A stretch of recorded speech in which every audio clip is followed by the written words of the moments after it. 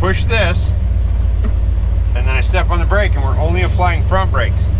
So now on this closed course in Mexico, we can test this out.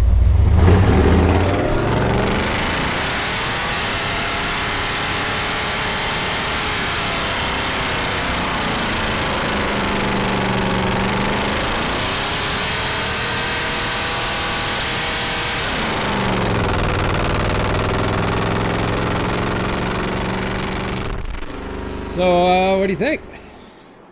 We're running this truck down the highway way too much. I need to get the mud terrains off of it and go to an all-terrain. So, if we're gonna go to an all-terrain, we might as well step it up a hair. Which this is a 30, what does it measure? 33.1, and this is a 35. Yeah. But it's also a wider tire. So unfortunately that means to fit the duals in the back, we have to do wheel spacers. So it is going to make it a little wider out the back, but I think that's actually going to help us. We're still going to be narrower than Trailmater, but having a little bit wider tire is going to keep the fender away from things. So we got one on the front. You can see that there versus that there.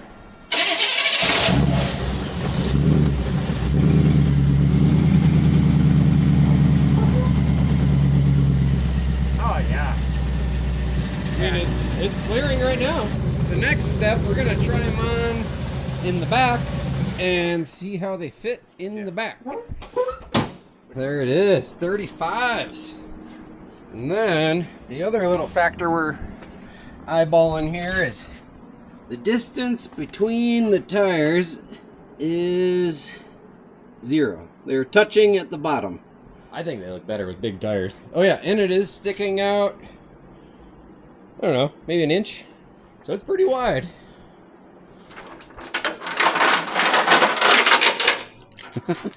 What kind of bait do you use for that? You don't. You just throw it in like that.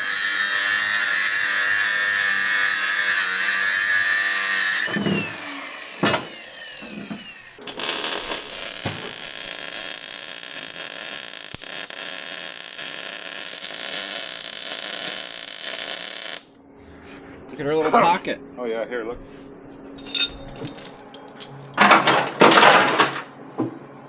La-di-da-da. The other side is complete as well. And it's already hard at work.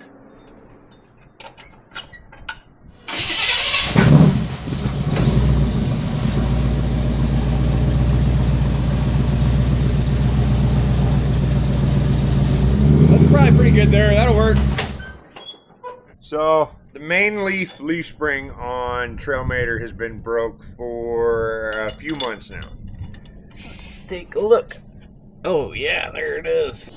He ain't no good no more. Alright, so we got Mike under there pulling U-bolts off.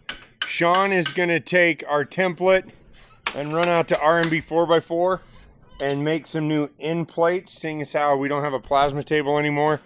We didn't really have room for it, and we gave it to Mike because he's going to use a lot more than we are. Not this Mike, the other Mike. What it is it wears out this bushing because it's just a hair too far in. So we're going to move this plate out to the outside of this, which will fix a lot of issues on both sides. Coming up, Mike. Yeah.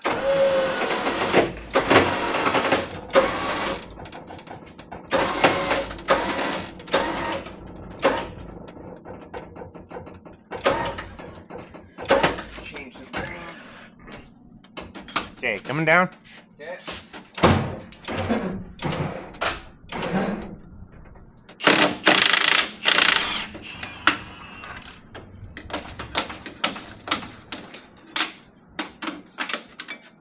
So, we've got our shackles. I built these a few years ago. They look like they've got some more cracks in them. They've had a hard time.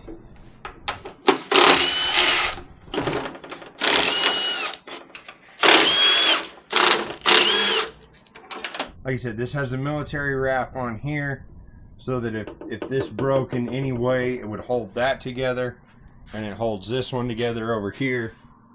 So, like I said, drove off the trail, no issue. But now we've got new main leafs, and we're going to put the new main leafs in on both sides, and then we have that side that's still good, and it will be a spare to go up on the shelf so that if this ever happens again, we can fix it quick.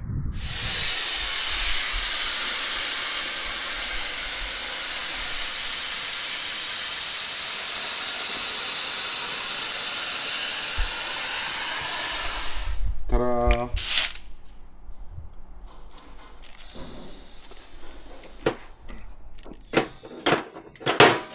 Hey, he's here. It's our buddy. It's Colt. Yeah, I like leaf springs. Team Leaf Spring. Leaf spring too. Man, I'm really glad Sean cleaned off this table for us. Right?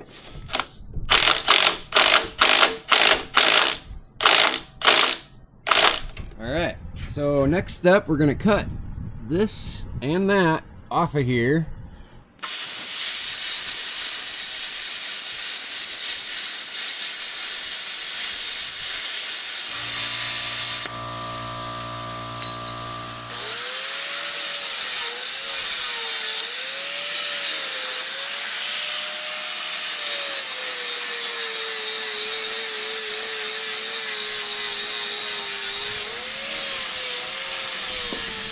Once the bushing gets haggard all out, you know, and there's nothing left, then it's just rubbing the spring right there. So that's where we're going to move the plates out, and then it'll quit doing that. Hey, Speaking of plates, Oh yeah.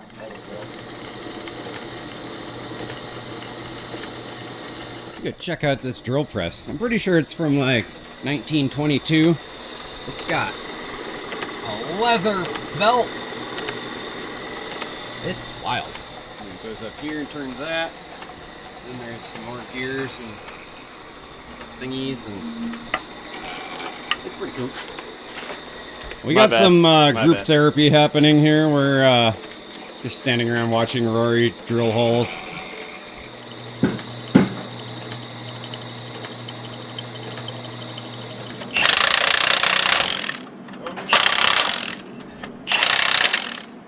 All right, they're just a little tight.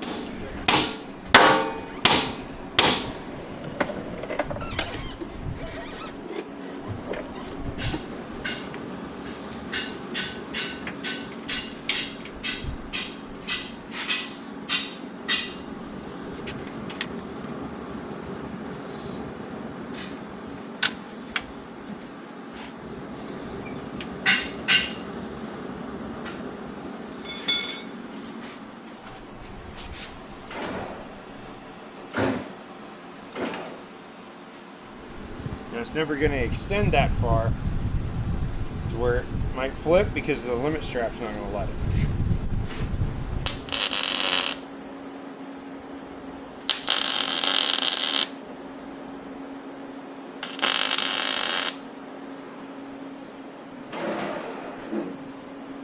Go ahead.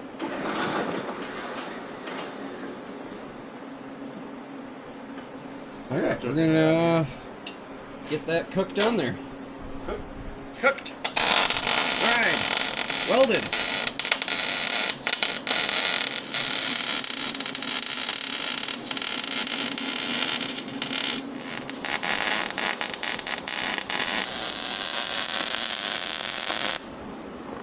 I got the goo on me. Yeah. The goo. Dare you to lick it. Tastes good. Alright, so these are the new redesigned parts, and we're going to pick up the buggy and see how it looks with a little bit of weight on it.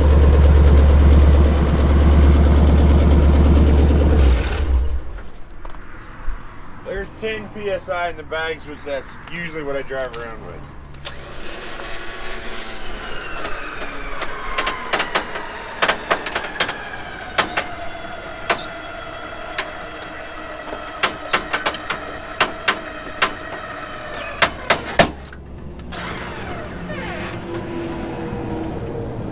That looks pretty good.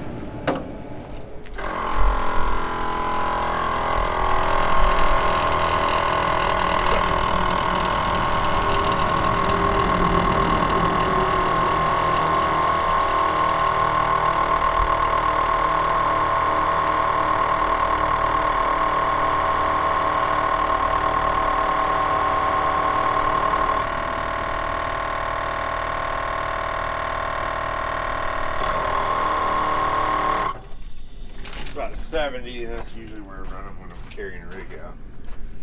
So that's now got him up off the bumps even. Heck yeah, looks good. You gonna put some paint on it? What? Wrong truck. It's this one. Oh yeah. I'm already twitching because we didn't paint the angle iron we put in yesterday. That's a changeable situation. Yeah, overall appearances looking good. Ooh, look, camper for sale. That camper ain't got no 44s on it. Alright. Obviously, we're in the blue truck. Alright, it's a green truck, but it's called Old Blue.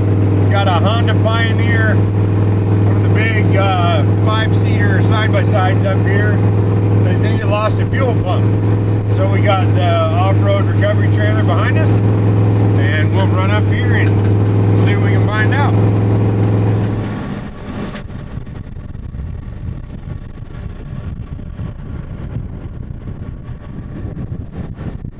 How long ago was that fire that happened here? It was like, what, 2 years ago? 2 or 3? 2 or 3. I want to say 3.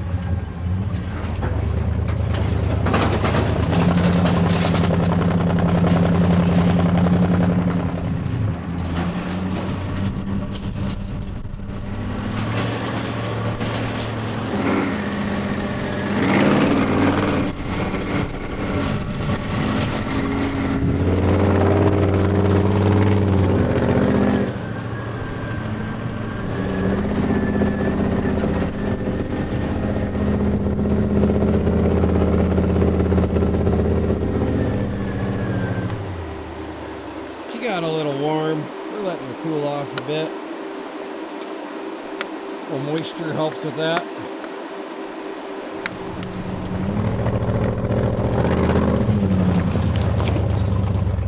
We have a tree. Want me to go try and push it over?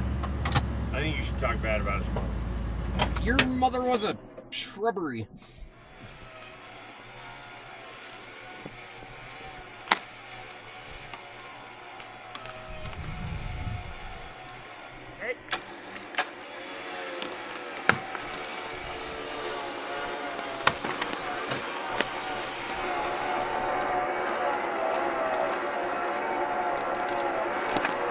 Go! Yes! Victory!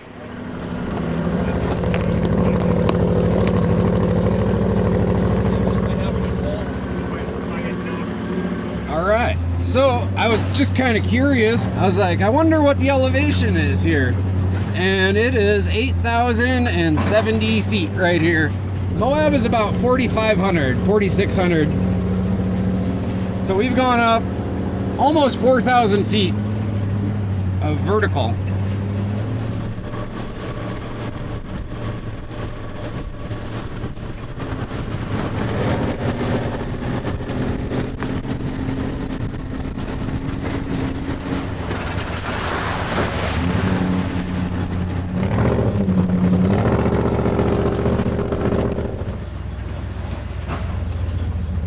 That's our guy right there.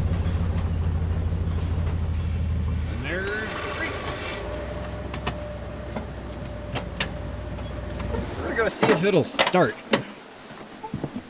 Who knows? Maybe it'll just drive on down.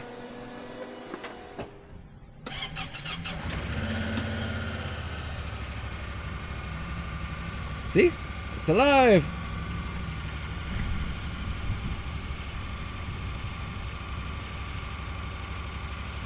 I'm telling you, I bet it's vapor locked. Yeah, because of the Because of the steep coming climb. up the steep hill.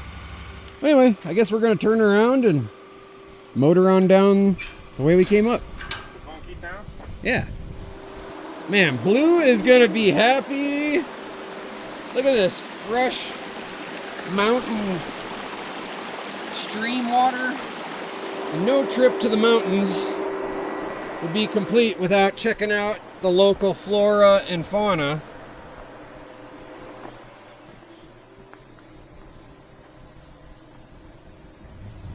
There's those ones. These things are kind of cool.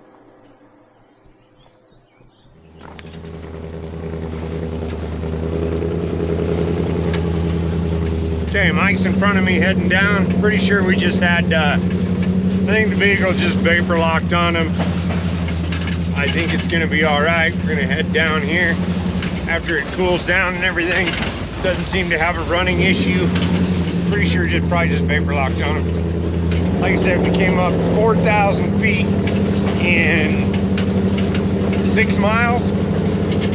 So that's a heck of a pull.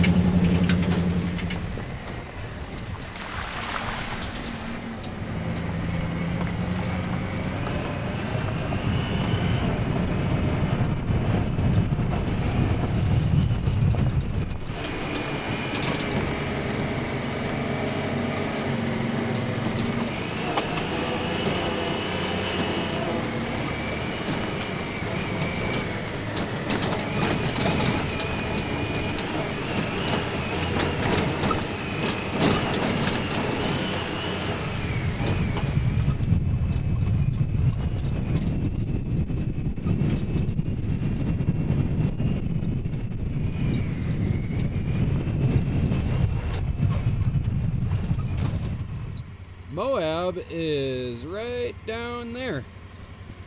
It's pretty cool.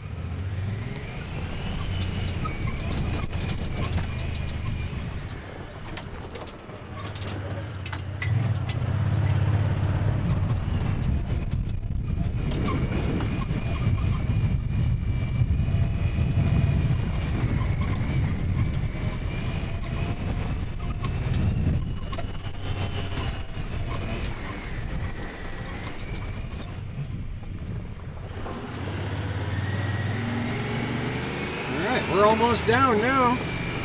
On your right is Pack Creek. When it flash floods, it goes huge. Alright, we are almost back to the vehicle. Well, to the trailer that this is going on. So, that was pretty smooth. Like I said, I really believe it just vapor locked. And when you're pulling that long of a hill and the engine's that hot, and then you shut it off, you're letting it cool down, but now it's like really hot. It'll sit there and be extremely hot for a while, so you gotta like walk away for an hour or so and just go enjoy the scenery, do something else, and then come back and it'll probably fire back up. Might crank for a while, but it'll start eventually. But the biggest thing is let it cool down. Yeah, treat it like an old Ford. Give it 10 minutes. Yeah, or 20. Or more. Or more. If you wait 10 minutes and it doesn't start, wait 10 more minutes. But anyway, thanks for watching, guys. What kind of bait do you use for that? You don't. You just throw it in like that. Oh, They snag go them? for it, yeah. What kind of bait do you use to catch brown trout, Mike? Toilet paper. They like toilet paper. Mike was asking the sewer worker one time about fishing if he ever seen any fish down there, and the guy's like, In the sewer plant. yeah, in the sewer plant. He was like, no, just brown trout. And Mike's like, oh, what? Really? Is there trout? They have trout in there? And they were just doing it the whole time, and I was just laughing. I already knew. And Mike was just like, what? Like, mind blowing. So excited. And then the guy's like, no, just kidding. It was just poop. Brown trout. Eye contact. Don't you know? You never watch a man grease his bushing.